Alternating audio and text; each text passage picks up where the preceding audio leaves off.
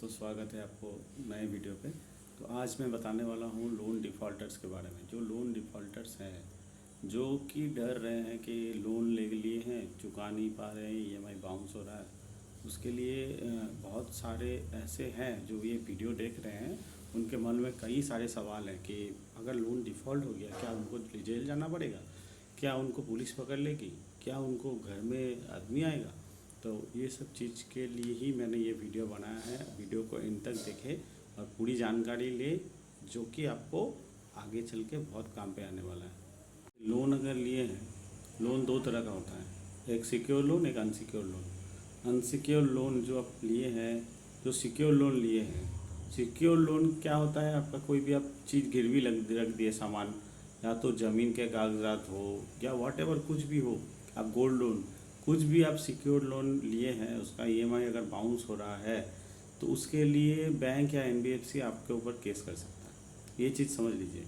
Case अगर कर सकता है, उससे क्या क्या केस होगा वो भी एक बात है। तो उसके लिए कोई पुलिस या कुछ पुलिस थाने में ये इसका केस दर्ज होता नहीं है। पहला बात, ये बात आप मान लो। इसका कोर्ट केस होता है तो कोर्ट से होता है। वो भी क्या, कब होता है, ये मैं आपको अच्छे से बता दे रहा हूँ। समझ लीजिए, आपका कोई अगर सिक्योर्ड लोन है, सिक्योर्ड लोन में क्या होता है, आप अगर कोई बैंक से ईसीएस बैंक कोई लोन, एनबीएफसी या बैंक को कोई आपका अकाउंट से काटने का अनुमति दे के रखा हो, जिसको ई नैच बोलते हैं। अगर ई नैच अगर करके रखे हो, आपके अकाउंट से पैसा, लोन का जो ईएमआई है वो खुद ब खुद कटता है, उस हिसाब से उस विषय में अगर आपका लोन डिफ़ॉल्ट हो रहा है, उसका चेक बाउंस हो रहा है, या यदि आपका ईएमआई उसमें आप पैसा भर नहीं पा रहे हो, उस केस में आपके लिए बैंक केस कर सकता है। वो भी कब कर सकता है, अगर बैक टू बैक 3 ईएमआईज अगर आपका बाउंस हो जाए, तब कोई एनबीएफसी या बैंक आपके ऊपर केस कर सकता है। अच्छा चलिए, केस भी क्या होता है वो भी मैं आपको बता दे रहा हूँ। केस ये होता है कि आपको अगर समझ लीजिए 3 ईएमआई आपने बाउंस कर दिया, अकाउंट एनपीए में चला गया, नॉन परफॉर्मिंग एसेट में चला गया। कोई भी एनबीएफसी, कोई भी अगर बैंक नॉन परफॉर्मिंग एसेट को ज़्यादा दिन तक अपने खाते में जोड़ के रखेगा, वो लोगों के लिए पॉसिबल नहीं है। अगर आपने किसी से लोन लिया है, वो पैसा अगर आप नहीं भर रहे हो, मतलब इसका मतलब सीधा सीधी ये है कि आपका वो रिकॉर्ड बैंक या एनबीएफसी उसको डालना ही पड़ेगा एनपीए में, नॉन परफॉर्मिंग एसेट में। अगर वो चला गया तब तो बैंक को आपको आपसे पैसा वसूलने के लिए कुछ तो करना पड़ेगा।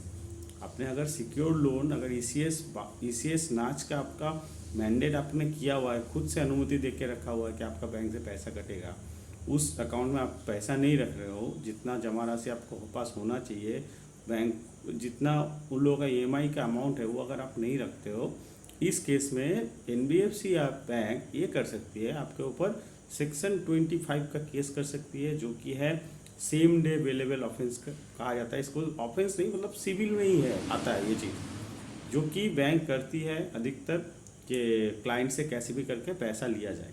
ठीक है, तो ज़्यादा से ज़्यादा केस में ये होता है, अगर कोई उपभोक्ता अगर पैसा लिया है, अगर एनबीएफसी या बैंक उस पर केस करती है, उस पर खाली एक ईएमआई का चार्जेबल केस ही होता है, एक ईएमआई का बाउंस का ही अगर होता है इस केस। तो मान लीजिए आपने 3 ईएमआई बाउंस कर दिया, उस विषय में आपका एक ईएमआई बाउंस का केस ही एनबीएफसी या बैंक कर सकती है। अच्छे से जान लीजिए। समझ लीजिए आपका 5000 रुपीज़ का ईएमआई जाता है, आपने 3 महीना नहीं भरा, तो आपका ईएमआई कितना हो गया, 15,000।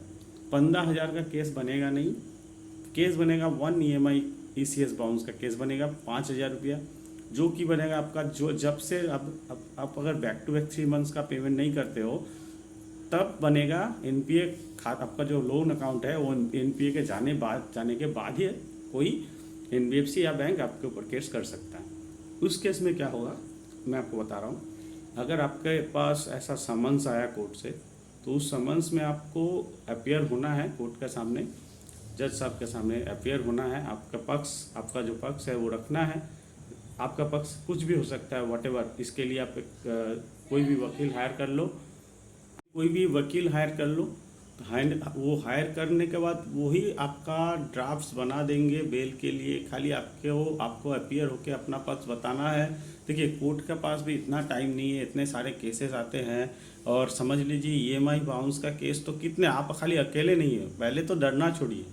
ईसीएस बाउंस का केस अगर कोई एनबीएफसी या बैंक आपके ऊपर कर भी देती है, तब भी आपको बैंक आपसे पैसा मांगने के लिए ही करती है, ये कोई और कुछ मतलब क्रिमिनल वाला ऑफेंस नहीं है।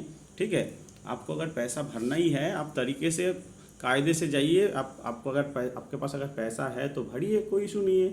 आपको अगर पक्ष देना है अपना, आप बहुत ही प्रॉब्लम फेस कर रहे हो, कुछ प्रॉब्लम में हो, तो तब उस केस में बैंक भी क्या कर सकती है यार, कोर्ट भी आपको यही कहेगा ठीक है दूसरा तारीख देगा। वो भी तारीख कितना दिन बाद मिलता है मैं आपको बता दे रहा हूँ, वो भी मिलता है 2-3 महीना बाद। तब तक आप कुछ ना कुछ तो अरेंज कर ही सकते हो, एक ईएमआई का पैसा तो आपके पास अरेंज हो ही जाएगा। ठीक है, तो केस के लिए ये सब डरना छोड़ दीजिए हाथ से, मैं आपको बता रहा हूँ। और चैनल पे नया है तो चैनल को ज़रूर सब्सक्राइब कीजिए। चैनल देखिए मेरा नया चैनल है, मेरा कुछ मोटो ये नहीं है कि लोन डिफ़ॉल्टर्स को हेल्प करना। मेरा खाली ये है, कोई डिफ़ॉल्टर अपने मन से नहीं बनता है, कुछ प्रॉब्लम आता है परिवार में, कुछ अपने में कुछ प्रॉब्लम आता है, तभी आदमी डिफ़ॉल्टर्स बनता है। तो इसीलिए मैं बता रहा हूँ, आपके अगर पास पैसा अगर है तो ये एनबीएफसी या बैंक को पैसा दीजिए और अपना छुटकारा करवा लीजिए। क्योंकि इतने सारे आपको कॉल्स, इतने सारे हरासमेंट आपको फेस ऑलरेडी आप करते होंगे, क्योंकि जो लोग लोन का डिफ़ॉल्ट कर चुके हैं, जो वीडियो देख रहे हैं, उन लोगों को पता है कि कितना बड़ा हैरेसमेंट है, कितना बड़ा मानसिक तनाव है ये चीज़। ठीक है, तो केस जेल किसी को भी नहीं होता है, आज तक तो हुआ नहीं है।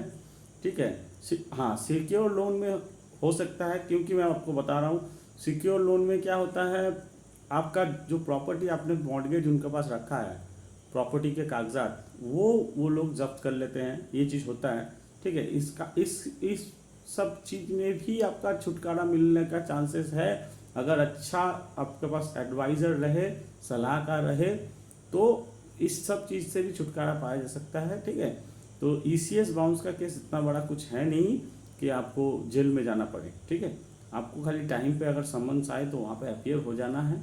ठीक है, अगर आप पहला बार समन्स में अगर अपीयर नहीं भी हो पाते हो तो क्या है, आपको 3 मंथ्स बाद फिर समन्स आएगा, फिर वो जो समन्स आएगा उसमें आपको अपीयर होना ही है, नहीं तो नॉन अवेलेबल वारंट बन जाएगा।